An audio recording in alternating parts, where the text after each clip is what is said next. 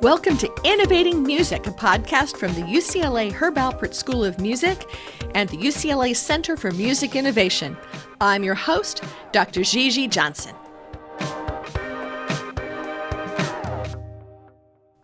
Jay Gilbert and I get together every couple of months for coffee and lunch to talk about all the crazy changes happening in tools and in music marketing.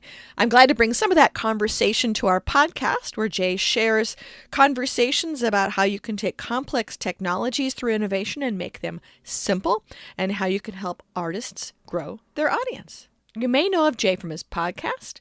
You may know of him from Your Morning Coffee that comes out every Friday as an e-newsletter. He'll be talking largely, though, as the co-head of Label Logic, where he works to help artists figure out how to thrive in the changing digital environment.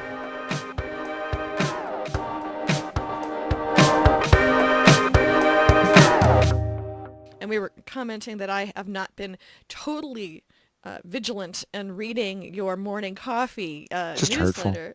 It's hurtful. Don't mean to be hurtful. No, nobody reads it every week. And look, I have a pretty good open rate and click-through rate, but I watch who reads it and who doesn't. And the way it's designed is there's usually about a dozen stories and then a bunch of other stuff. And there's like a paragraph. So if the way it's designed is that you can go in and read just the paragraphs and kind of get a gist of what's happening that week. And then if you want to dig a little bit deeper and find out what it means, you can click on the link. So that's kind of, and right now, it started like almost 3 years ago. We now have about 5,000, which doesn't sound like a lot, but when you start with like 100 people, 5,000 for me, I'm absolutely thrilled with. And those are artists, managers, and what's really exciting for me is when I get new subscribers and it's, one of my favorite artists or a very prominent lawyer or manager. And then sometimes they'll send me comments like, okay, I read this story, what's your take on it? Or I love it. And it wasn't intended to be kind of a vehicle to get business, but it certainly helped. So your core business now is what? Core business, well, there's 3 businesses that I have. Okay. And those 3 businesses are, one is Label Logic, which is the biggest and most time consuming, and I put most of my attention into. Label Logic is me and my partner, Jeff Moscow. We worked together at Universal for nearly 20 years, and we do everything. It started off as label services, but it morphed into project management, digital strategy. We supplement other teams, whether it's a label, management company, distribution, or just an artist. We supplement whatever team there is, and we pick up where we need to. Then the second part is I have Jay Gilbert Consulting, which I only take on clients that I have a passion for. So there's very few that I work with, but I'm very fortunate. Right now I'm working with this band called The Accidentals out of Michigan, and they are phenomenal. I mean, the lyrics, the music, their message, everything about them, I just absolutely love. So I'm proud to be on that team. I've worked with Andy Summers from The Police. I've worked with just artists that I really love and want to help. I'm working with one now who just happens to be one of my favorite artists growing up, who reached out to me, and I'll be making an announcement soon, but we're working on a total plan of getting all of his music back online, getting the rights back for everything, looking through the contracts, getting everything ready. So we're really excited about that. And then the third thing is I have a photography business. It's on the weekends, but I have a passion for photography. And so right now I'm working with the Temptations. I did Rick Springfield's last 5 albums. I've done John Waite's last couple of albums. I get to work with a lot of what I call heritage artists because I kind of get them and get how to make them, set up the lighting to make them look good. So this is typically studio photography. And so those are the 3 businesses that I have. How do you engage then you are essentially innovating in what you do in all 3 businesses. Yeah, and more so I think in the consulting business, It's all about finding ways to reach an audience and grow an audience. And those tools change almost weekly. And there's so many great tools out there, and people are innovating. And that's one of the reasons why I love doing Your Morning Coffee, because I'm curating basically stories about innovators and stories about, streaming, downloading, internet radio, what's going on in the touring market, whether it's somebody coming up with a really cool app, like I love this new app by Fender that teaches people how to play guitar. I just think it's so well done. It's so well crafted. I just thought that was really innovative. So what is innovative? I mean, that's what the core of this podcast Yeah, conversation tends to be. What is innovation to you? I think it's for my business, innovation revolves around growing an audience. I think it's also improving the tools that you have to reach that audience. And I think a lot of it is standing on the shoulders of giants. It doesn't mean that you have to build the perfect mousetrap. But if you look at those who have been successful, let's take Apple, for example. They didn't invent the MP3 player. They didn't invent, the tablet or, the phone. But I feel like they've been very innovative in taking a very complex technology and making it simple. To me, that's innovation. And I think part of what I do in my consulting and with Jeff Moscow and Label Logic is that we're looking for new ways of doing business to, grow an audience, get more butts in the seats, get people to experience these great projects that we're working on. And it's sort of a translator. Yeah. Yeah. Yeah. Bringing the tool. I love the tool orientation. I tend to spend a lot of time looking at the assumptions under the tools and helping people think through the fact that the tool affects the outcome. So I appreciate the fact that you're tool-centric and tool translator, and a lot of the stuff you do is kind of cool. In music then, so what's driving innovation? Well, I think it's consumer habits, a lot of it. I think that they're evolving and changing. We've been talking about streaming and the celestial jukebox, and we've been talking about these things for 10, 15 years. But it seems like it's moving fairly quickly now, and the numbers at the Spotify's, Apple's, Deezers of the world, and even Pandora and Google and Amazon Music, these audiences are growing quickly, and now it's not the early adopters, right? It's my mom. She's streaming music. My sister. How old's your mom? My mom just turned 80. So what is she streaming on? She is streaming on Spotify. And she found that kind of on her own.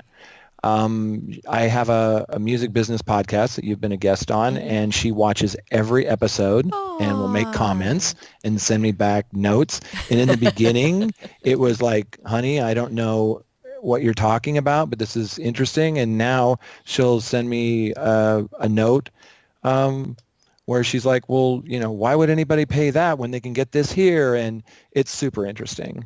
I just love the fact that she's engaged. So we're moving from the early adopter phase into more of a early majority, late majority. Actually, there's models behind all this stuff. Sure. But we're looking at then getting this to be translatable and engageable to a mass audience that we can also then bring information back on. So what are the challenges of doing all of this, especially in an era of going into the early or late majority? Is it the fact that we're now trying to translate all of these new tools and technologies so they make sense for more people?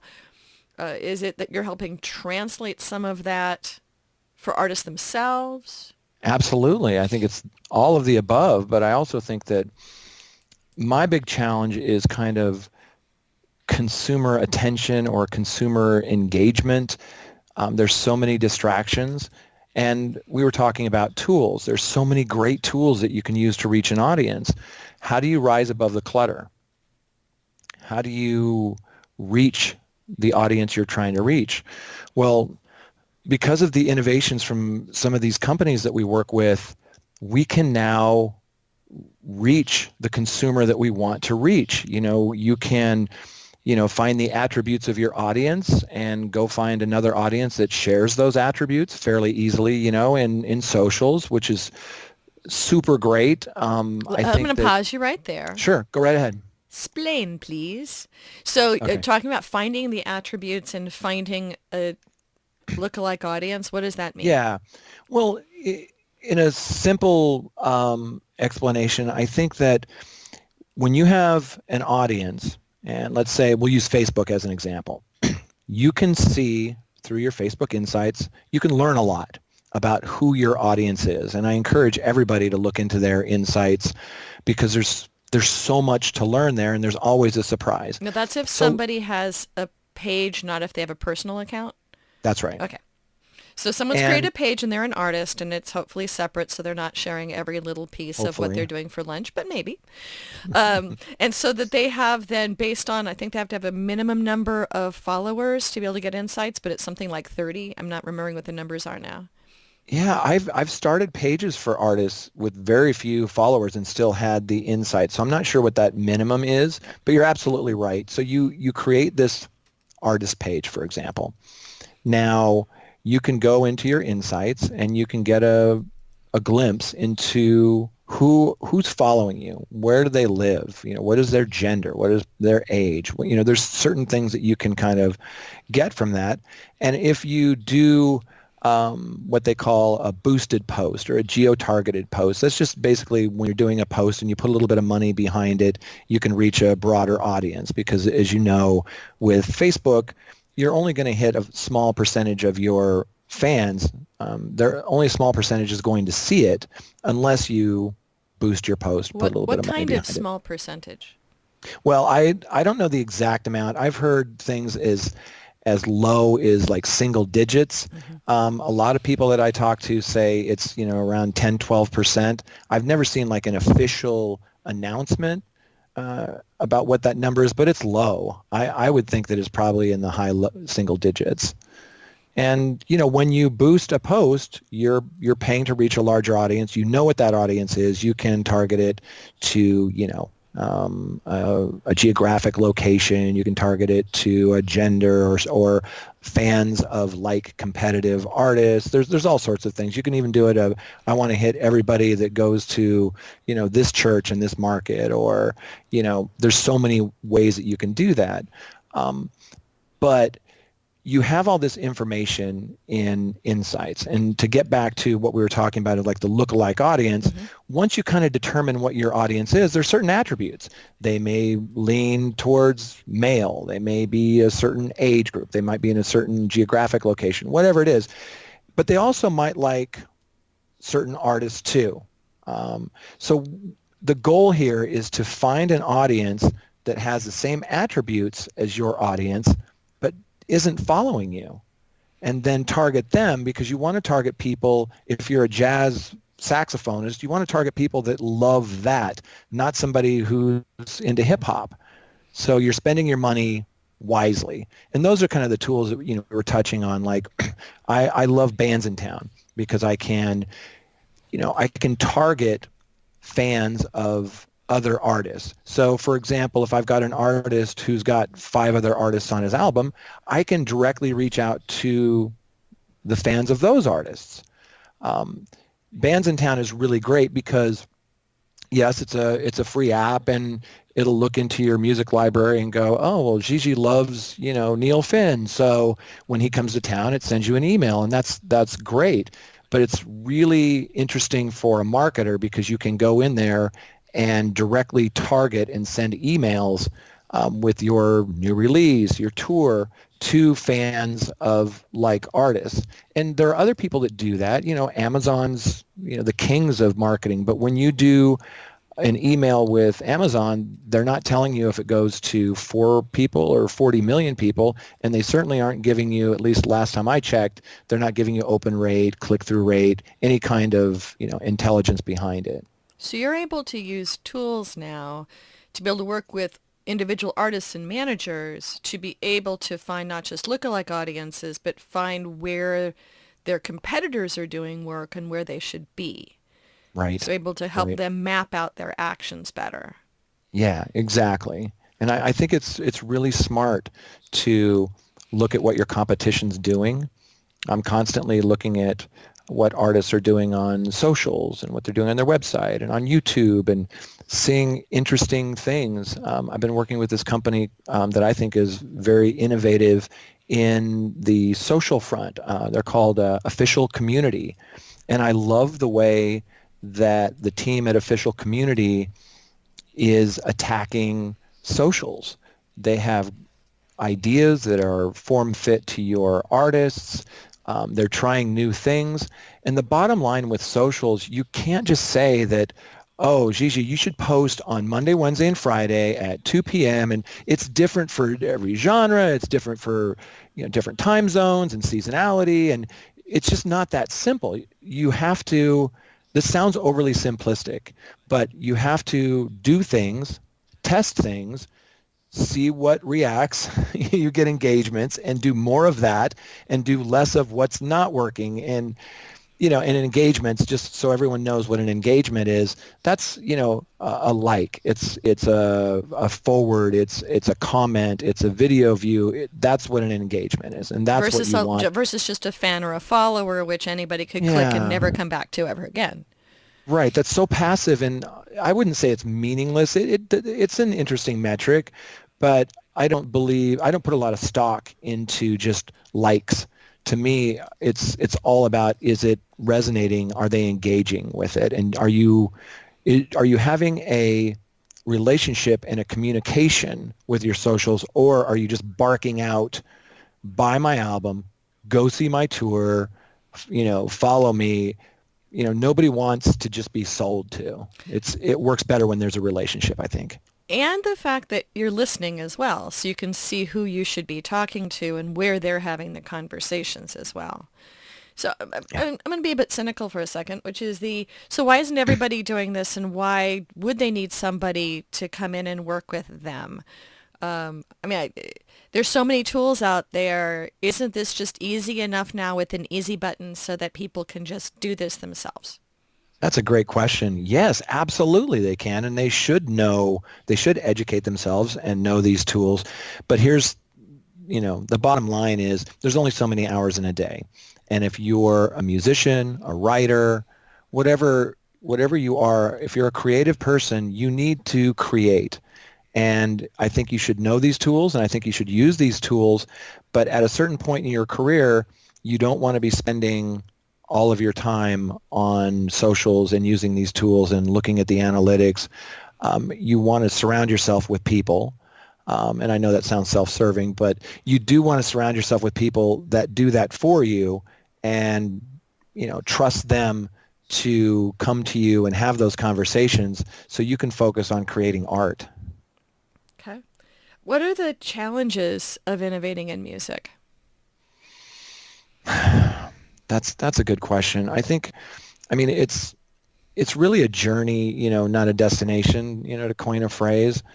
I think one of the main challenges is, especially today, is that there's so many choices and there's so many new services and tools, and the platforms are changing for distribution. And it's evolving so fast that I think that you need to find out what all the new tools are and educate yourself and have conversations with smart people and be curious and all of that. But again, there's only so many hours in a day, and you need to find what works for you. And I think that's challenging because, like I said a moment ago, the tools that work for one artist aren't necessarily the same tools for another. I think that's a big challenge with innovation. And also, there are lots of great sites on the internet to, get information on innovation. One of my favorites is Hypebot. I love those guys over there. And what is Hypebot? Hypebot is a great site. Just hypebot.com. Bruce Houghton runs it. They tend to be pretty cutting edge when it comes to innovation and technology. And here's what I love about them. If they don't know, they bring in a guest writer to write a piece about something, whether it's, blockchain, or whether it's about streaming, or whether it's about, a lawyer talking about the contracts that you should or shouldn't sign. They don't come off as the expert. They'll bring in experts, and I love that about them. But the thing I like about Hypebot, and there are other great sites too, but there's a selection of sites out there that basically just kind of repackage what other people are writing about, and then they kind of reword it and put it on their site. And I think sites like Hypebot, you're going to get more of the information that you're looking for. You and I've spent a lot of time talking about playlisting. Yeah. And the challenge then with that being such a deep dynamic, there was an article in, I think it was actually in Hypebot, that was trying to explain how in the world playlisting actually works to get on it. And they've attempted, actually quite a few people have attempted various explanations of how in Blue Blazes you actually get on some of these playlists. Yeah. How do you help bands and brands figure out this changing and in some ways very handcrafted world? Yeah, that is a rabbit hole. It's a big question. I can add a shameless plug. I'm going to be at UCLA with Bobby Borg's class doing an extension. Doing a guest lecture on this very subject. I've put together a deck called Paths to Playlists. And the reason I put this together is because this space is complex, it's confusing. And so what I did is I went and I spoke with the major labels, the major indies. I spoke with Spotify, Apple Music, Amazon. I spoke to artists, managers, distribution, and even some of the students at some of these classes to find out who's had success getting their music independently on playlists and even with majors. How did they do it? What are these different paths to getting selected to be on a playlist? Because as you know, it can make a big difference. But as the folks at Apple will remind you frequently, playlisting is not a marketing plan. And it's got to be part of a larger menu. And so let's look at some of the paths to playlists. So if you look at the different DSPs, digital service providers, like Apple, Spotify, Deezer, whoever, they're all very, very different in the way they run their businesses. And you have to kind of know the personality of the different businesses as you approach them. For example, with Apple, they're like traditional music company in the sense that they want to know, okay, you want your song, your artist on a playlist. What playlist do you want it on? Why? What data can you provide? Is there a tour? Are there press hits? Are there socials ramping up? What's going on with the artist? And they want to know all this stuff before the track's been released. Yeah. All of this is prior to release. Mm-hmm. They want to know not only what playlist you want to be on, but why. Are there other artists like your artists that are on this playlist? And if they are, what are those artists? So you have to do your due diligence, and they look at it a little more analytically. And of course, it is a meritocracy, meaning that if it's a great song, that's what it's all about, and everybody will say that. But I'm just assuming for this discussion that you've got a great song, right? So with Spotify, it's a lot more challenging because some of these playlists, and I'm talking about Spotify curated playlists, and what I mean by that is there's artist curated playlists where, Bono may put together playlists of his favorite tracks. There's user curated playlists, where you and I might put our favorite, songs for, working out, and that's our playlist, and we can put that on Spotify. But for this discussion, we're talking about Spotify curated playlists. They have Which some. are the vast majority of the high volume playlists. Absolutely, and that's by design, and that's changed over the last few years. It's been pushed that way intentionally. They've come up with, Discover Weekly and New Release Radar, these algorithmically based playlists that are so powerful and if you get selected in one of those playlists, it can really drive your streams. So if you're an indie artist, it's hard to get on some of these playlists. What Spotify likes to do is they'll test you in a tertiary playlist, and if there are three main metrics. They won't tell you all the metrics they look at, but there's three obvious ones: number of spins, number of adds to personal playlists, and the third one, which is really important, is skips, because it's kind of like the old days of radio call out, right? I mean, if you are getting skipped, if your song is being skipped in a playlist, that's a thumbs down. It'll get dropped. Typically the best songs are in the top 15. They get played more that way. And then the lower you go, like if you're not performing, they might drop you down a little bit, or they might just take you right out of the playlist. So it's almost like that engagement metric you were talking about a bit earlier. That it's not exactly. just being on the list, but you have to survive and thrive on the list. Yeah, exactly. And then there are ways that you can kind of help once you get placed on a playlist. I mean, we could talk for hours about playlists, but I can tell you that once you get on a playlist, a lot of artists forget to promote that fact, drive traffic to that playlist, and say, look, I was added to Apple Music's A-list playlist. Here's a link to it. Check this out. They're very important, but they're not the only thing. And it is challenging right now. One of the things I would love to see as far as innovation is a transparent system or service where you could get feedback from the curators, programmers, the people that choose what goes into playlists at, say, Spotify. Listen, there's 40 million tracks, on Spotify, and they're adding 2 million a month. They don't have the staff, right, to listen to everything. But they do things, and this is something that I think students figured out really quickly. Spotify and other streaming services are looking to the data, and they know that Gigi was listening to this record way before anybody else was. And so now they're watching you, and they're like, wow, she's in this genre. She is so far ahead of everybody else. This is a hit 3 months later, but she's always – so then they start pulling your stuff and putting it into, Discover Weekly. So imagine if they can do that across, 100 million users. That kind of data, I mean, their Discover Weekly is amazing. It's just absolutely amazing. And that's really, in many ways, what they very much are doing. So is they're looking for the content innovators. They're looking for, and then they have anybody and several other services are watching the watchers. Yeah. Yeah. To me, I love that. I love data. I don't mind ads on Facebook. I love seeing what they're targeting me with.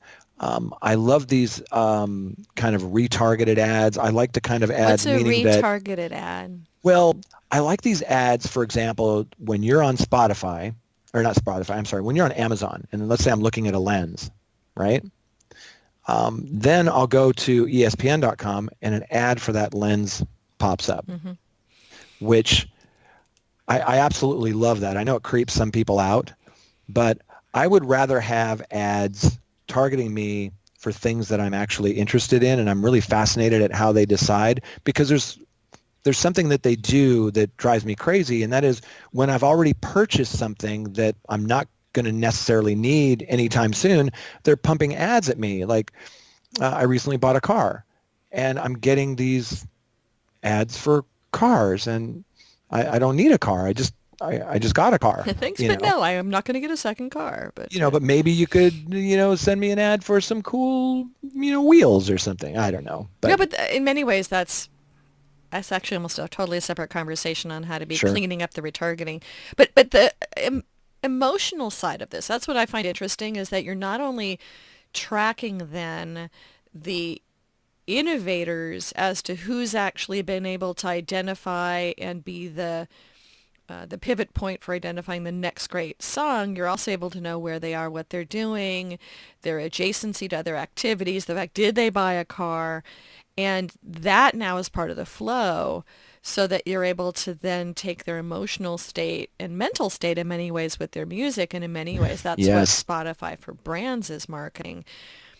It's such Yeah. an interesting time that, and we're even talking about this now in September of 2017, that we could be then talking about this in 6 more months and having, as people may listen to this then, a whole different set of things going on. So how do you stay up and current on this perpetually changing marketing, innovation, data, music side of things? Yeah, I think probably the same way you do. I mean, I have a passion for it. I think we share that. I think there's about a group of websites that I look at frequently. I think by curating your morning coffee, which is an email, an industry trade email that I send out every Friday, by curating that, I'm reading these stories and I'm kind of forced to see if this is an original piece that somebody investigated or if they're just copying somebody else's work, and to try to track down these different topics. And I absolutely love it because there's there's misinformation out there, Lots of it. Yep. right? And sometimes it gets corrected, sometimes it doesn't.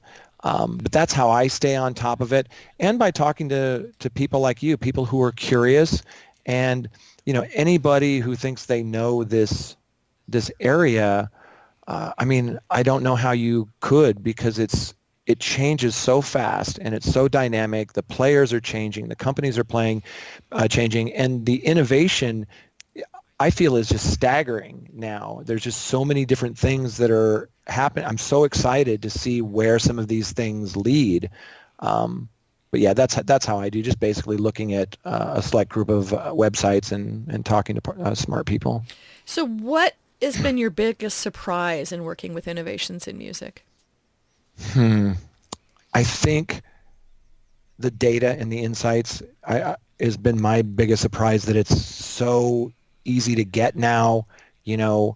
Pandora with their AMP and Next Big Sound and Facebook Insights and Spotify Insights, and YouTube is rolling out this thing called YouTube for Artists. It's not fully rolled out yet. Not everybody's in there, but you can, most of the top artists are in there and you can get information. I mean, the data is really awesome.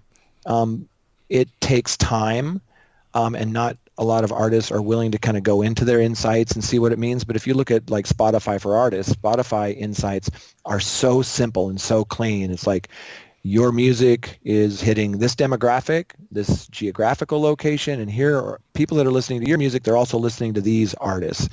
And even that basic kind of look is super helpful. So I think my biggest surprise, I think, is just the wealth, the riches of the data that's available today. So what needs to happen? What are the next innovations you see coming, or that you think would be great to arrive?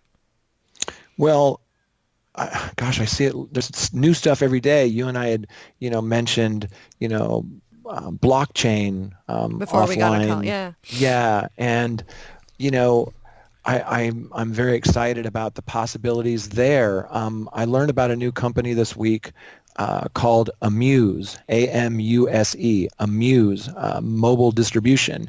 There are companies like TuneCore and CD Baby that really help independent artists put their music up everywhere globally, digitally.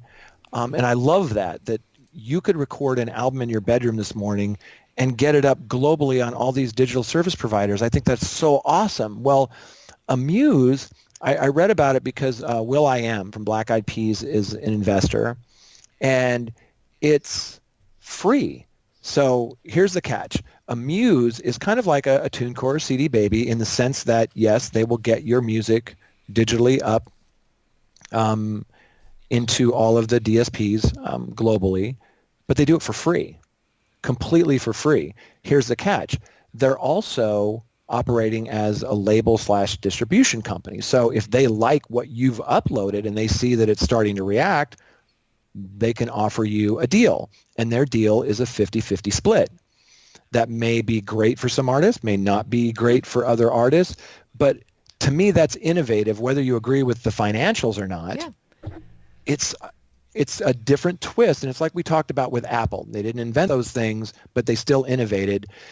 Amuse didn't invent this way of doing business. This has been around a while, but it's a different twist. And I'm interested to see, you know, they will do everything from marketing, financing, playlist pitching, you know, all of that stuff for these artists that sign with them. It's almost an adjustment of the multi-channel network model that is a similar but different split with YouTube. If you have a YouTube channel that coming into the network, that you don't need the network to be in the system, but then they take a piece of the action to be providing, supposedly, depending on who the MCN is, additional value for advertisers and marketing representation. Yeah. And you just hit it on the head, additional value. I talk to artists all the time. Some of them want to put their stuff up on their own through a TuneCore CD Baby. Some of them want a major, but it all comes down to, if you're going to sign with a major indie production, whatever it is, if you're going to sign with them, are they going to add value? What are they going to do above and beyond what you couldn't do with all of these great tools? And I think that's a question you have to ask. So as far as like new innovations that I'm excited about or things that are coming down the pike, I think one, it's not new, but it's evolving, and that's Pledge Music. Pledge Music used to be kind of a crowdfunding platform, right? Mm-hmm. And over the years, they've got, you know, new management. Their CEO Dominic is, you know, amazing. Brian Mead, you know, in Los Angeles. What they've done is they've now become a destination. They've got an audience of millions of people who go to Pledge Music. Their open rates on their emails are astronomical. They have people that are engaged. And for those who have never done a Pledge Music campaign, or maybe you did one a couple of years ago, it's a totally different thing. You should check out, like that band I was telling you about, the Accidentals. Mm-hmm. Check out their Pledge Music. Check out Cheap Trick, their last album. So here's what happens, for example. You're in the pre-order window of your new release. You can now sell things that sell really well are things like test pressings, like signed test pressings. They don't cost much to make, but you can sell them for $100, $150. Things like merch with a download, with the vinyl. Maybe there's socks. Maybe there's pennants. Maybe there's... You know. Socks always blows my mind. Do you like... Cheap Trick had them. Oh, I know. They were like checkerboard. I love socks them. Actually have doing shockingly well. Yeah. Nothing says rock and roll like a pair of good socks. I'm sorry, interrupted. Keep going. So Pledge Music now, and here's the part that's exciting. Number one, they've got this audience of millions of people that go there. So they're actually working new and developing artists, not just crowdfunding. Number two, let's say you have T-shirts as one of your items on Pledge Music. Well, you take the orders in advance and you create the product to the demand. There's no excess obsolescent inventory.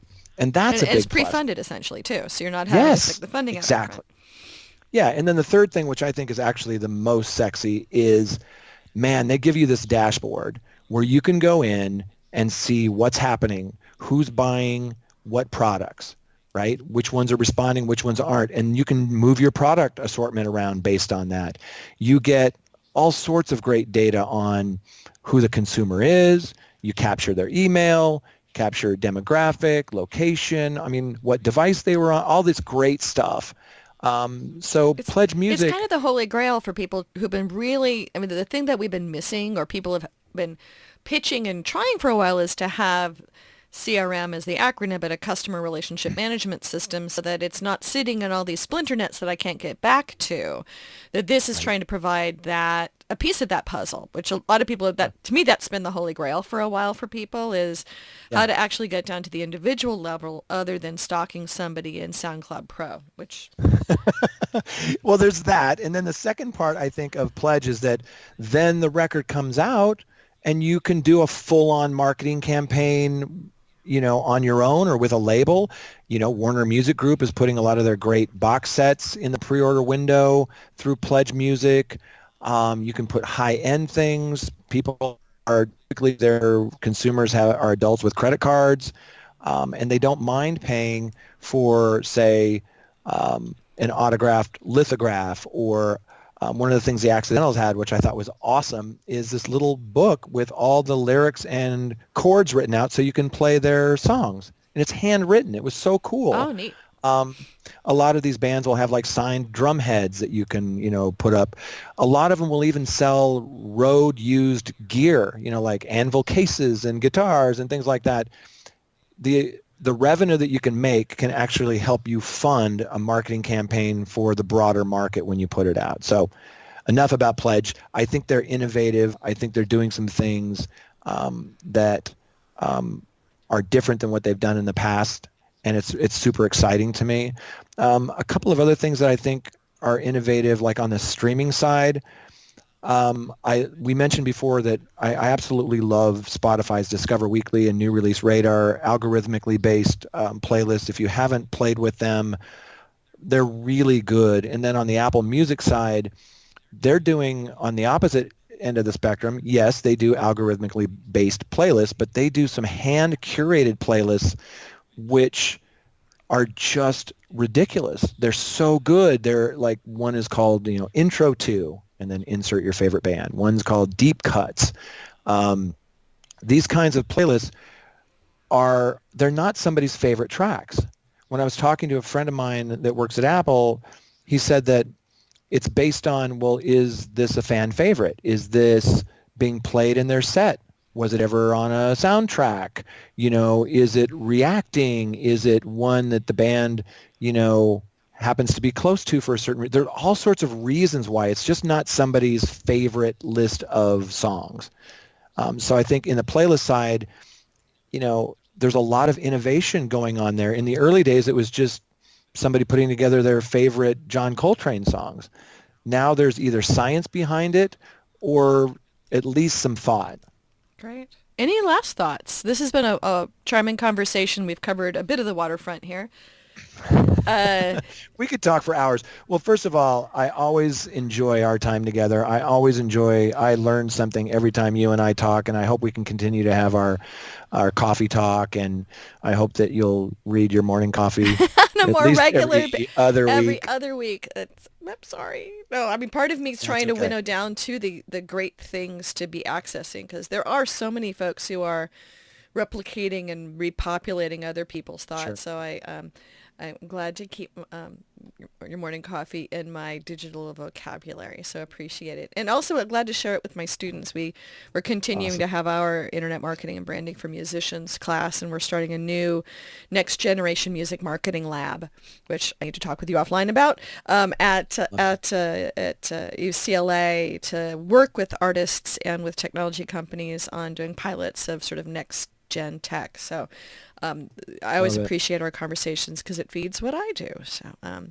thank you very much, and glad that you could join us for the podcast. Thanks for having me. I really appreciate it. That was fun. Well, that wraps up this podcast. Many thanks to the UCLA Herb Alpert School of Music and the UCLA Center for Music Innovation for being our hosts of this ongoing series. You can subscribe to us in all the usual places, or you can come find us at innovation.schoolofmusic.ucla.edu. Join us again to follow the other adventures that we will be tracking down in innovating music. Thanks again.